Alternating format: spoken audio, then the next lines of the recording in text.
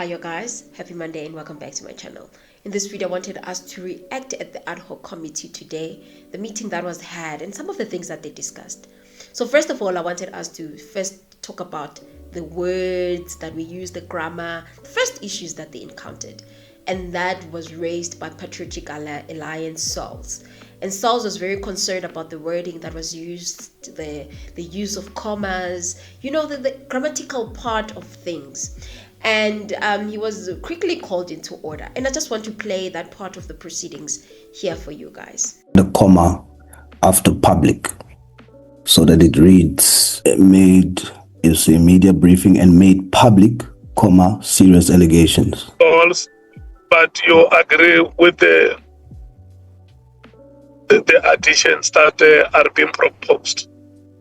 On 1.1, yes, Chair. And then on the EFF proposal, it just sounds a bit repetitive. We'd like to suggest that it reads, we agree with the proposal, but want it to read in this way, with a view to improving policing and enhancing governance across SEPs, the NPA, Judiciary, Correctional Services, and Metro Police divisions. So as you guys can hear, they spent a lot of time on that part. Let us talk about it quickly. It's very important that this document of this nature has good grammar and it's very clear. And I think it's very important that they don't use big English because clarity is very important. Why is clarity important? Clarity is important because we're dealing with a referring document that is going to be legally bounding to every member of the ad hoc committee. Imagine if they don't have a clear document. Anyone can easily interpret it any way they like. For example, if you look at the Constitution of South Africa, there's some sections in the Constitution that you can easily interpret them in a certain way, but that was not really the intention of the writers. Because of the lack of clarity, it has made it easy for anyone to put any interpretation in them. And also secondly is that some of the things are very subjective. When it comes to grammar, it might sound good to you, but it might not sound good to another person. So I get Sal's point about clarity and using proper grammar, commas and everything. That is for purposes of interpretation at the later stage. But I think that it was kind of premature, especially since they have not yet concluded the document. They're still trying to formulate this document. Maybe later on as a second stage is to ensure that the document is properly understood so that later on when they're referring to the document, no one can come and make their own inferences and say that this is what the document means, this is what the document means.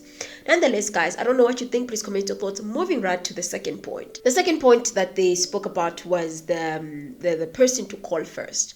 So some of the people were saying that the person that should be called first is Nhlanhla Mkhwanazi, which was the proposal that was made by the ANC, that since these allegations were raised by Mkhwanazi is supposed to be called first. The EFF obviously opposed that and said that Mkhwanazi does not really necessarily have to be called first because there's a lot of people that have raised these issues, including Batohi. Batohi, as the director of the National Director of Public Prosecution, came into Parliament and spoke about the infiltration in the prosecution, and she's one of the people that have raised corruption. Nhlanhla is not the first person, but the committee referred to the fact that at the end of the day, it was initially the reason why the ad hoc committee was even established is because of what Mkhwanazi said. Hence, the biggest role player in this whole thing is Nhlanhla Mkhwanazi. Let me just play the clip of some of the things that was said regarding the issue of calling Nhlanhla Mkhwanazi first. To interpret what is being said, it was effectively limiting us, and you in a way tried to rescue the situation by saying no one will be left out. So you need a complete rewriting of that sentence so that when we leave, we are all of a similar understanding. So if the understanding is that we call Lieutenant General Nhlanhla because he's the first one to say these things, that will not be correct. Because the first person who exposes the rot in the NPA is Batohi. She said that in Parliament, and then she was made to withdraw. And we were told that It was overusage of language. So there are so many other people that can be called and who can come and share a lot of light. But my contribution is, when dealing with the substance of what the submission says, the substance of it does not restrict. It does not restrict any appropriate witnesses from being invited. But it does say that because this whole ad hoc committee, this whole process is directed and has started by what Lieutenant General Nhlanhla Mkhwanazi has said. So therefore, it's only right that General Mkhwanazi and what he puts before the committee serves as the basis, the launch pad.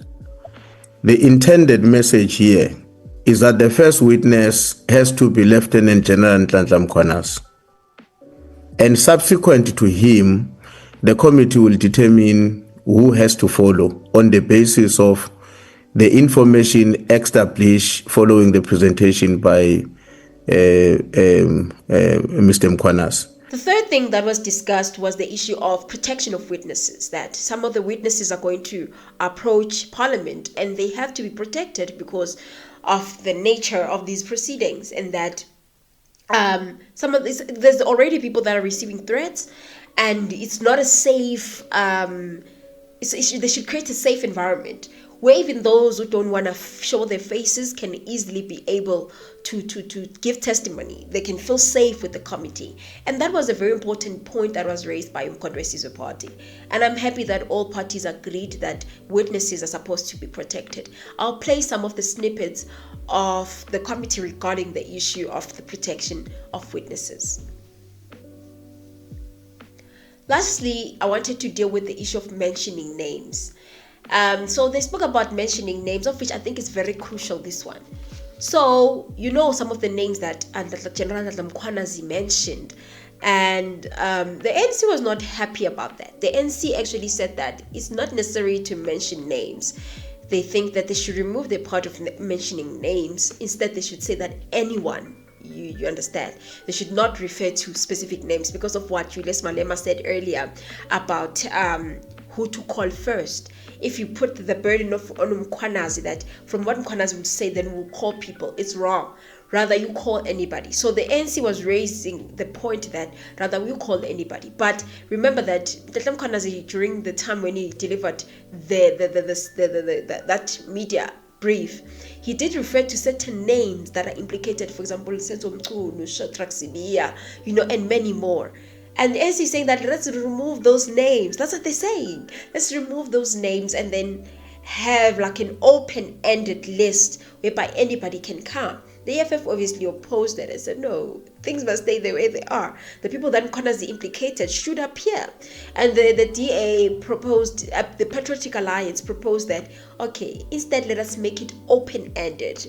In open-ended, they mean that anyone, the people that Mkhwanazi mentioned should appear, but also other people that were not mentioned by Mkhwanazi should appear.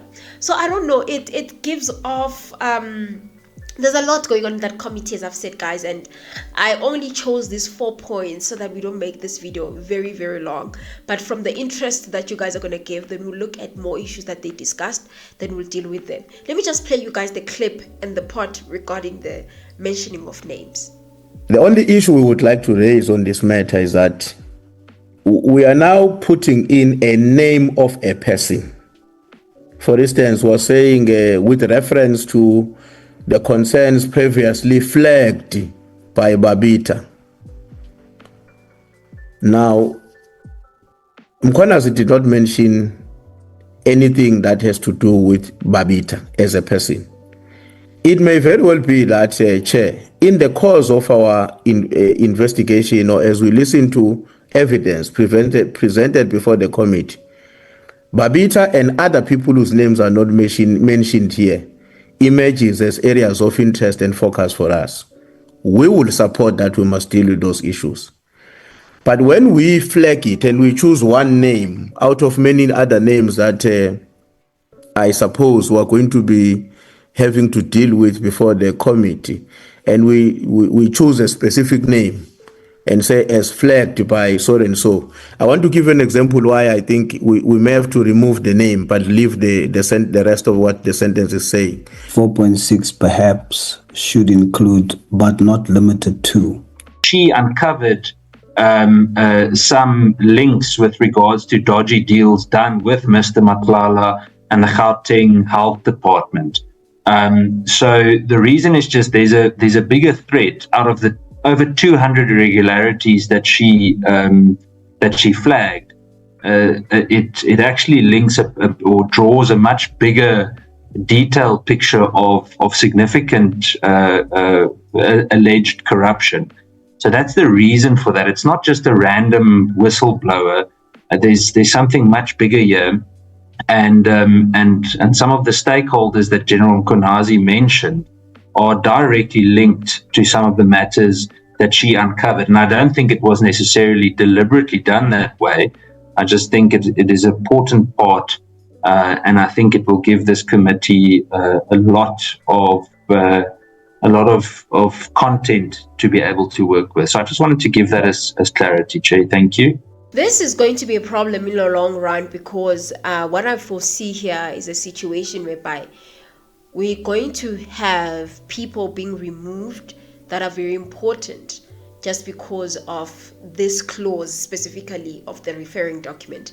It will get to a point whereby certain people don't get to appear, and I'm happy that most of the parties opposed and said that no, let it stick the way it is.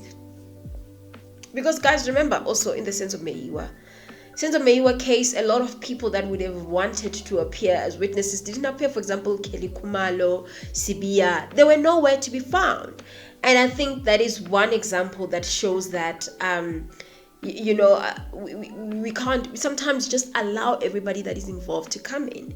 And I think that it's definitely a good way to start with Nhlanhla Mkhwanazi, but not limit only to Nhlanhla Mkhwanazi. There's been a lot of allegations that have been made against the ANC, including Batohi. Those are some of the people that should be invited. But I think it's very important to start with what Mkhwanazi called and call everybody that is linked to the allegations that have been made by Nhlanhla Mkhwanazi before everybody else. The list should not only be limited to this. Because I think that one thing I've realized about these proceedings that the ANC as well as Patriotic Alliance are protecting each other like nobody's business. They want to hear it. They are protecting each other. But I think also we should not forget the truth at the end of the day and what can work for the committee. And I think definitely some of the names should not be excluded. They are very important. Senzo is very important. Sibia is very important. Katiso is very important. There's some of the names that are very important that should, like no matter what, appear in that committee. Because if you make it open-ended, someone can easily say, no, I'm not appearing. Then what? I don't know. These guys, tell me your thoughts. What do you think? Do you think that they should remove certain names? They should call Nhlanhla Mkhwanazi first. They should focus on grammar, spend more time on grammar. They should protect witnesses. For best shame, I didn't want to go to that matter now, but I have to. Let me tell you, Chair, already there's people who are being threatened, whistleblowers who are being kept somewhere, but they are being threatened. That's number one. Some of them are being killed. I don't want to make examples here, but I can. I can substantiate that. Why as MK Party we put that clause? Myself as well. Already there's threats, Chair. But I don't want us to go there because I can protect myself. I'm not sure about other people, whether they'll be able to protect themselves. For being in that committee as well, with being at SCOPA, being at the Police Portfolio Committee, there's already, I think one of my colleague, Matlala, said it one day in the committee, on the other committee. But that, why it's so important? Remember, we'll be dealing with a very sensitive issues there. Mkhwanazi himself is threatened, the general himself. Now, I'm not saying the other committee we have powers, but we can discuss these matters to see how can we help those who will be threatened. So some of the things that we discussed above, amongst many other that have been discussed, I looked at the points that were more like, the ones that created an argument and a conversation amongst the political parties. I don't know, guys, please comment your thoughts, tell me what you think. And lastly, I think this process of drafting the referring document definitely doesn't need them to be virtual. They need to meet in person, because this virtual process just prolongs this whole thing unnecessary, number one. Number two, some of them have network glitches. It just doesn't work. This is a very important document, and I think they're just supposed to meet physically, or maybe at least make it hybrid. Some of the days they're virtual, some of the days they're physical, because for as long as they're physical, this thing is gonna stall. They've been in a meeting from 11, now it's 4, and they've been 4 p.m. and they've been in this meeting. So I think that sometimes meeting in person is much better than being virtual. Virtual, someone can even go and buy a quota or go take lunch without even telling members that they're taking lunch. Whereas physical, you can't leave, because IFP has been AWOL, has been nowhere to be found. When they call their names, they don't even respond. You don't even know where they went. They clearly don't take this process very serious. But if they were there physical, do you think that they're going to live like that? When the cameras are there, the whole country's watching, they're not going to live. So I definitely think that they should consider making this hybrid, that they meet physically as well as virtually. I don't know. Please comment your thoughts, guys. Tell me what you think. I will see you on my next upload. Bye.